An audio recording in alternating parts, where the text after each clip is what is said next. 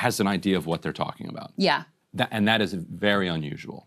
That is not the normal member of Congress. And so he's saying effectively like that Trump too bought this idea that there would be $1 trillion in cuts made by Doge, and then they could just like go wild in this bill and spend whatever they want, most of which is, you know, gigantic tax cut for people who really don't need that tax cut, and that it would be A-OK, and that they were caught unawares again that, you know, this wasn't going to happen. But I mean, also this also doesn't really hold up to any level of scrutiny either, because by the time this bill is being crafted, it is already abundantly clear that Doge is an utter and complete failure.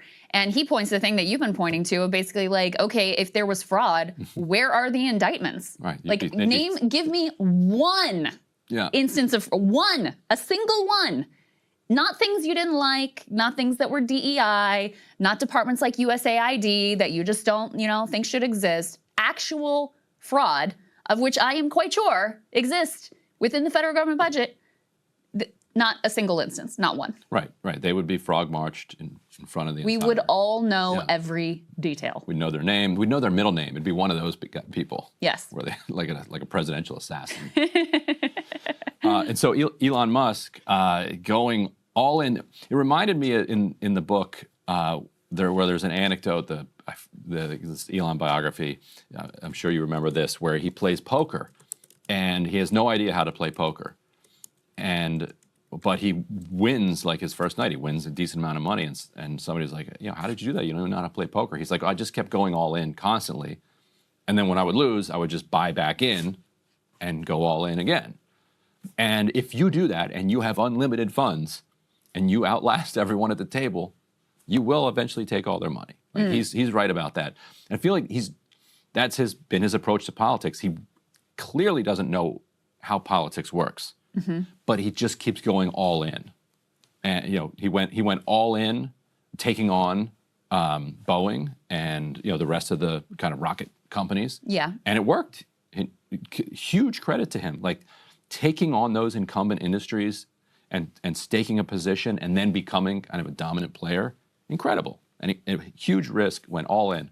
Then he went all in with Trump, putting so much on the line because if he lost, Democrats were like coming for him on a lot of different levels. Yeah. Went all in.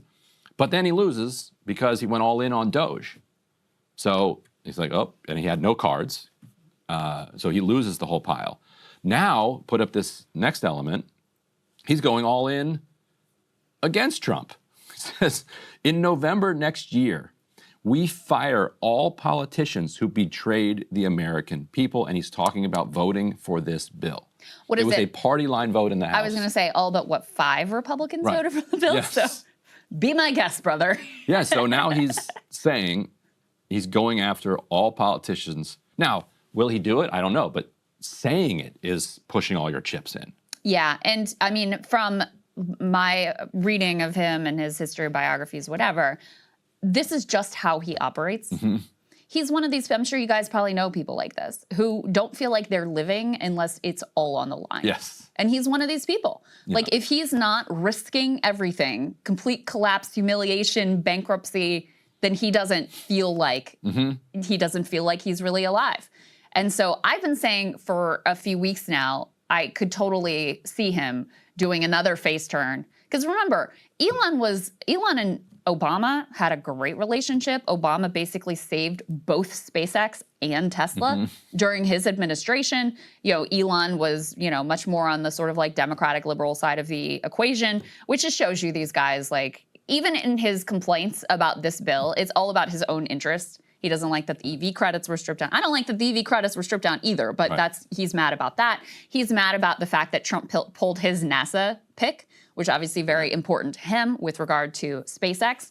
But I could totally see him trying to do a face turn and, go back to the other side of the political party. And there would be plenty of people in the Democratic side who would be happy to welcome him back in, at least at the elite level. I think at the grassroots level, once you've done your Roman salute and all the things that he's done and all the things that he's said and the way that he has just completely made himself the most toxic figure on the planet to your average normie Democratic voter, I think that is going to be very hard to forgive and forget among the base.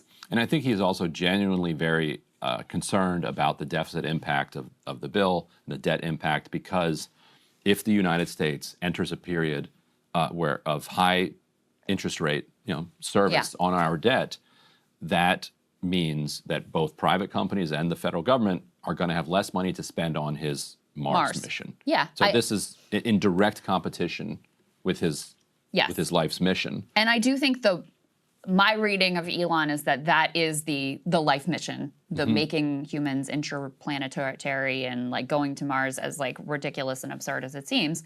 I do think that is his life mission, and that's why he jumped into government, because he realized it's not something you can do as a private company on your own. You basically need that mission to be backstopped by the Treasury of the United States of America. But we have to be like a functioning, wealthy nation with the ability to borrow and spend on something like a, fantasy mission to Mars.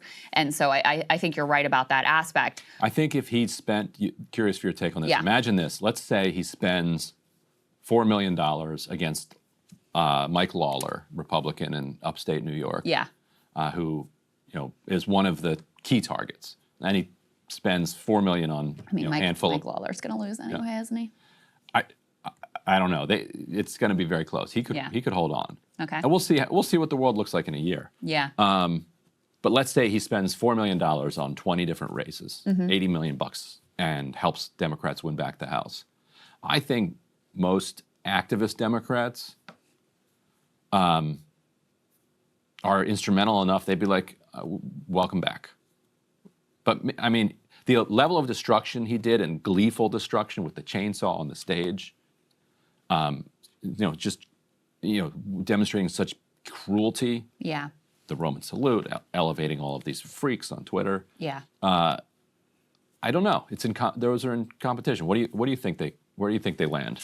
I think it depends very much on the kind of intra-party fight in 2028. Whether you have, because right now there is so much energy among the base and among the American people more broadly for like fighting oligarchy. And he is the symbol of that. And so, he made himself the symbol. He's the richest man on the planet, and he has spent his time in government destroying Social Security, killing kids in Africa. I mean, it really is grotesque. Not to mention the like carnival level imagery of him on the stage with the chainsaw and the glee that he took in destroying people's lives. So while I think the elite leaders of the Democratic Party would be happy to welcome him back in and happy to take his money, I think that the Democratic Party base is headed in a more radical anti-billionaire direction, and that is not going to be something that he would be able to coexist with. Let's hope. It would be very funny to go. I mean, it's already funny that he's going from, we must elect all these guys to save Western civilization. Right. 2 years later, we must throw them all out of office. Right. To save Western civilization was overrated. Anyway, so Trump is, unsurprisingly, a little bit annoyed by this. Let's roll B3 because it's kind of funny. I think the Elon Musk thing really caught the president by surprise, and I hear he is furious. But I think he's so smart to keep his powder dry because he just plays into what critics would have to say. The right can't get out of their own way. Instead, just you have a goal, pass it. Elon Musk is not in the Senate or the House. Don't worry about it. Can I offer a different perspective, Ainsley? As someone who is supportive of the president's agenda, I am upset with Congress right now. I don't blame the president for the big, beautiful bill. I blame Congress because they go to their constituents every single election and they say they're going to cut spending, cut. And it doesn't seem like there's a willingness to do that. But I don't think Elon is anti-MAGA now or anti the president now.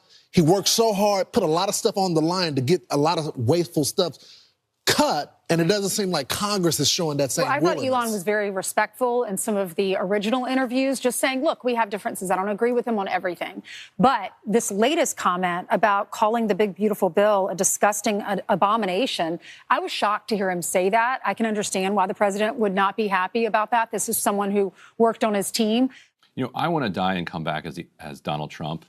This guy, if he comes out hard against Elon Musk, the base loves that he did that. If he's mad at Elon Musk but is too afraid to say a word, he's savvy and sophisticated. That's right. Art of If the he- deal. If he writes a good, big, beautiful bill, then he's a genius for writing a great piece of legislation.